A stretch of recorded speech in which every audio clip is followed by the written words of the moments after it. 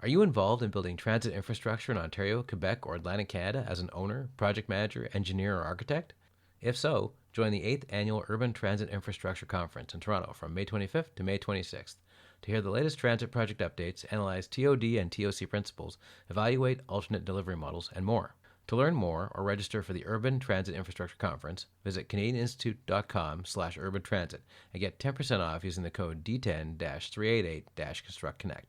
That code again is D10-388-ConstructConnect and can be used when visiting canadianinstitute.com/urban transit.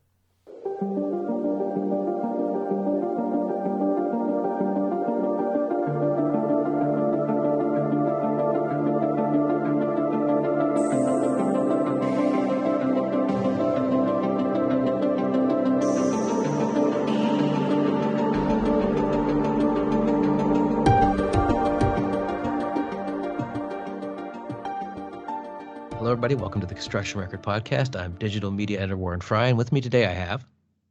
Hi, I'm David Saul. I'm an urban planner with IBI Group in the Calgary office, and I specialize in flood risk assessment and mitigation planning. And one of the things we're going to talk about is a new program in Toronto around just that. We often hear about flooding in areas like rural Manitoba, which is, it's inflicted on every year, but with climate change and other reasons, places like Toronto now have to worry about this more, and pretty much everywhere it does, really.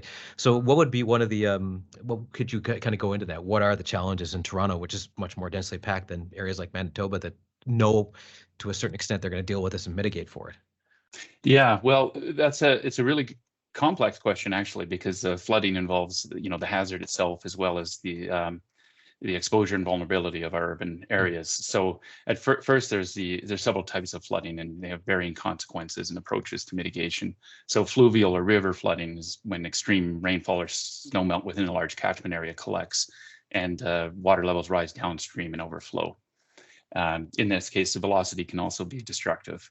And then you have pluvial flooding or stormwater and flash flooding, which is when the local built or natural drainage is overwhelmed by intense local rainfall.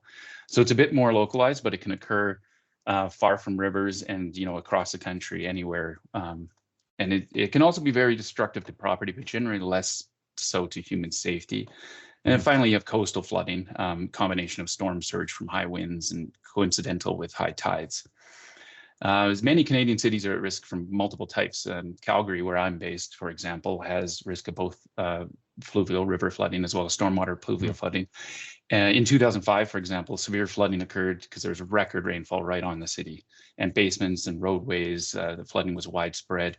It, of course, contributes to river flooding, particularly smaller tributaries. But as you know, the recent 2013 flooding was fluvial. Floodwaters came into the city from upstream when major weather system dumped on the eastern slopes, and it overwhelmed the two rivers that converge in the center of the city. So, like I said, any urban area is at stormwater risk if the infrastructure is insufficient. But it's not only drainage infrastructure, but contributing factors such as runoff from large areas of impermeable surfaces like roofs, roads, parking lots.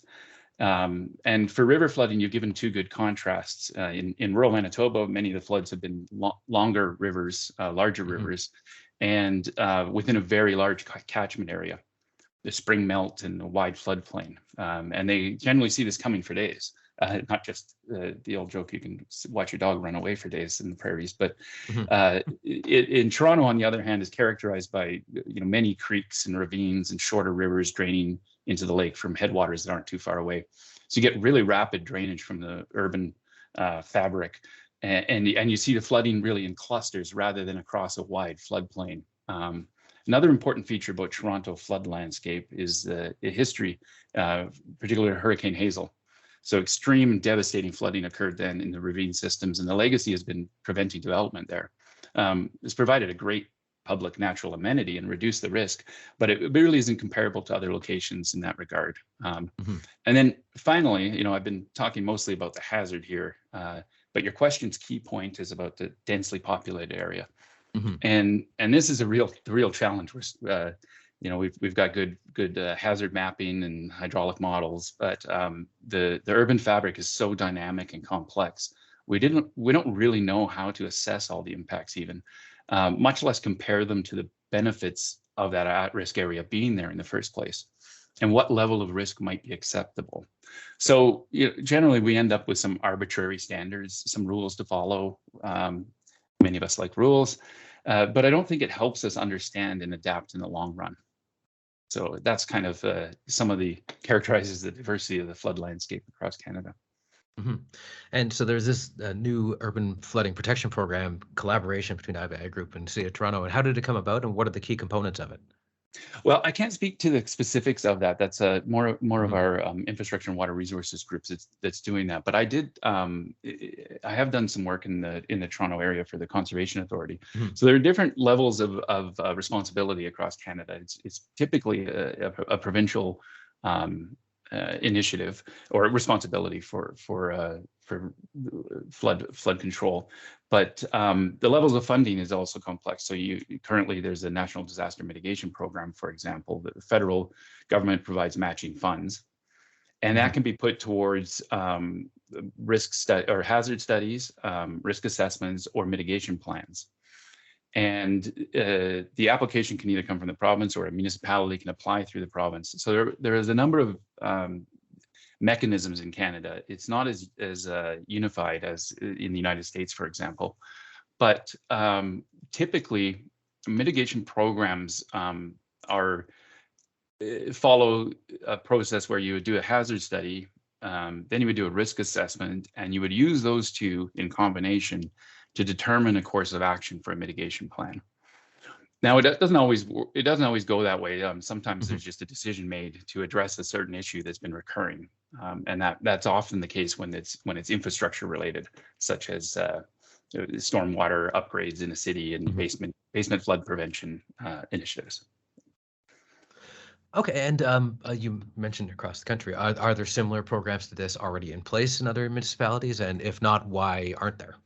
It's kind of a big question, but yeah, there's a wide range of initiatives, and it's quite a disparate landscape for this. I mean, there are some municipalities that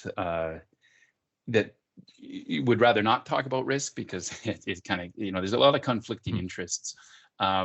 We know floods are bad, but we have so many competing interests in many regards. So if I own land in the flood risk zone, I still want to maximize its value. And a municipality would also for economic development and taxation. So that's an obvious one. We have historic reasons for developing many of our most valuable and dense urban areas in flood-prone locations. We don't like change in general as well. So it's particularly difficult to enact change and to have the political will and public support when we really still don't understand risk. So when we lack evidence for alternative adaptive approaches, and we all want business as usual, so we end up stuck with a mentality of trying to remove the hazard rather than to adapt. And this is you see parallels in climate change prevention versus adaptation. It's classic and not limited to this issue, of course. So I don't want to be flooded, so prevent the flooding, please. But can we? Like, is that realistic? And then furthermore, with large public spends on flood control structures, another competing interest derives in terms of opportunity costs. Are those millions of dollars better spent on society through education, healthcare? These are difficult questions. And then unfortunately, we remain pretty reactive and tend to spend and pay attention post-flood. So you see a variety of initiatives across the country. Most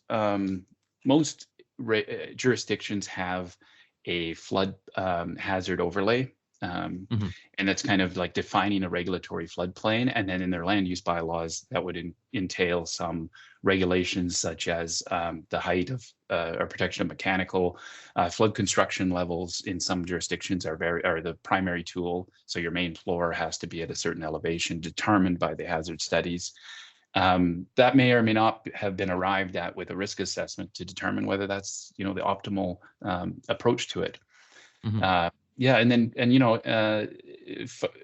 Another competing interest too is particularly in an area like Alberta, where even the operation of a storage facility. So I'm again talking about big structural solutions here.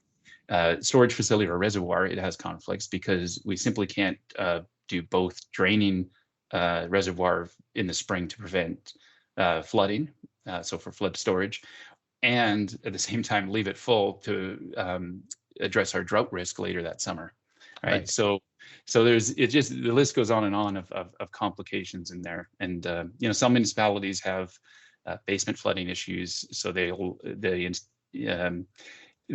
put some onus on property owners, but with some help through potentially some supports for some pumps or backflow preventers, for example, subsidy programs, really wide range of initiatives. And so last night you sent me a bunch of notes, and I was reading through them. And one of the points you make in these notes, which is very interesting, is that the very terminology of risk can be sort of a slippery slope. So maybe you could go into that.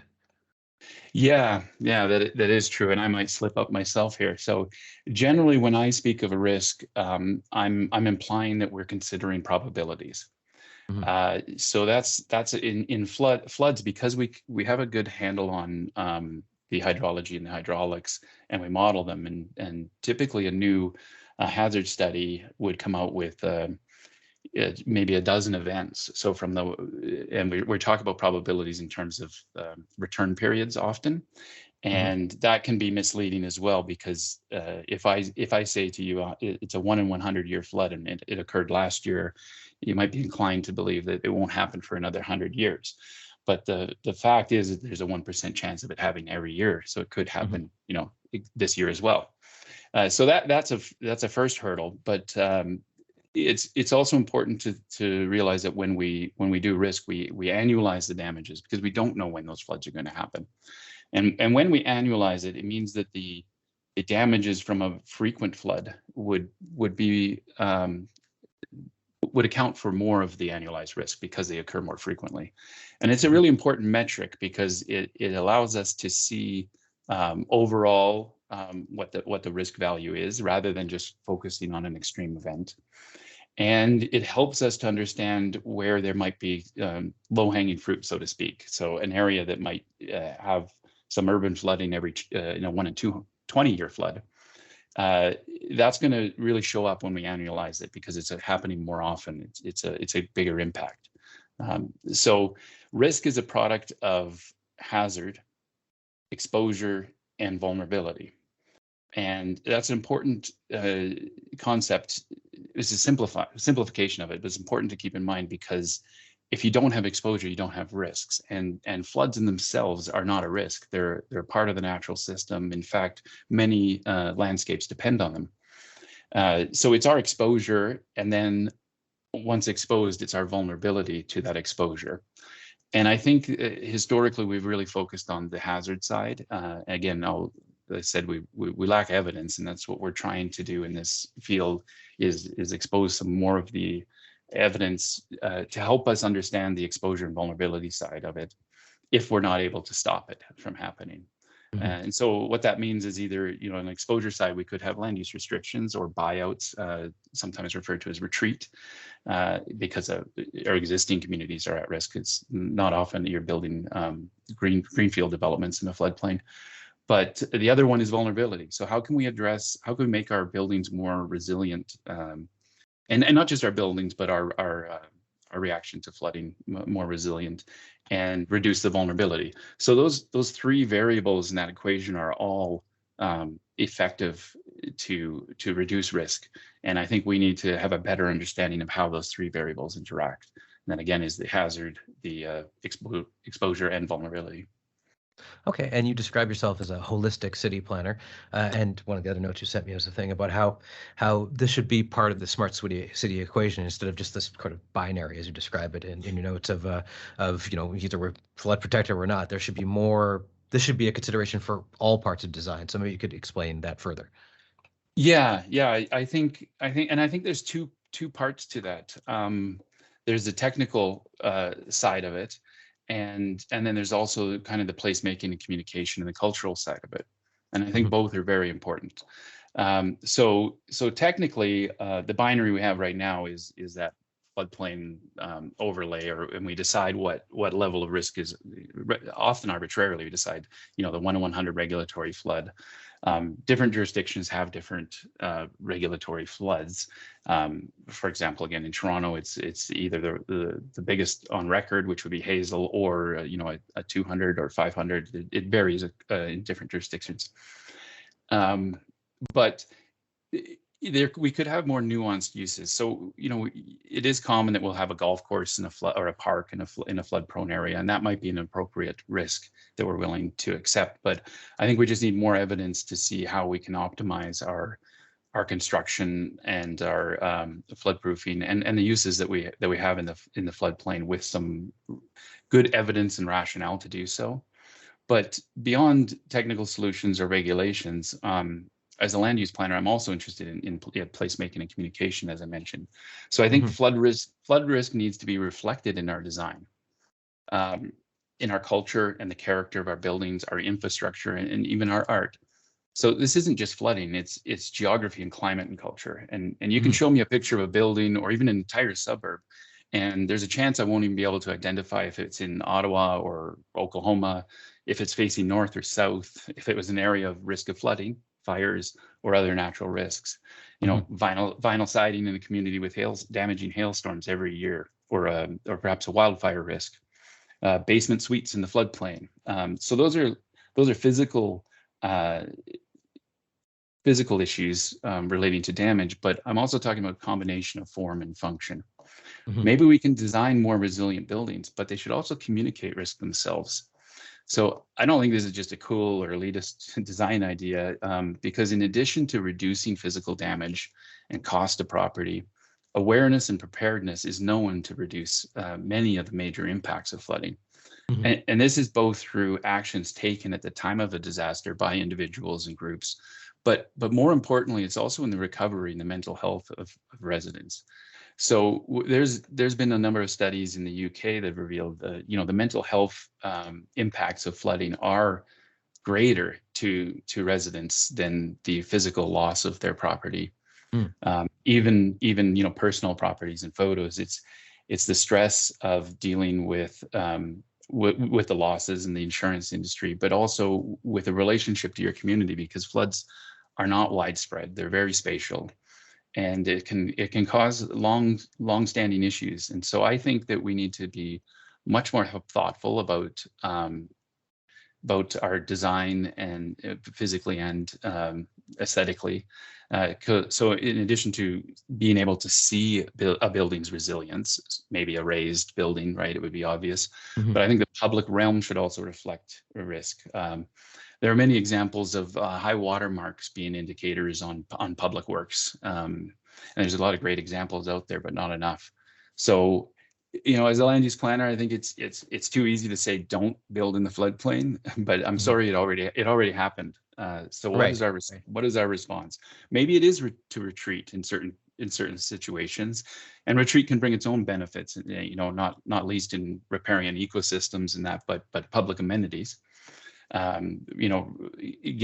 Recovering some of that natural asset of waterfront property for the public, rather than often wealthy landowners.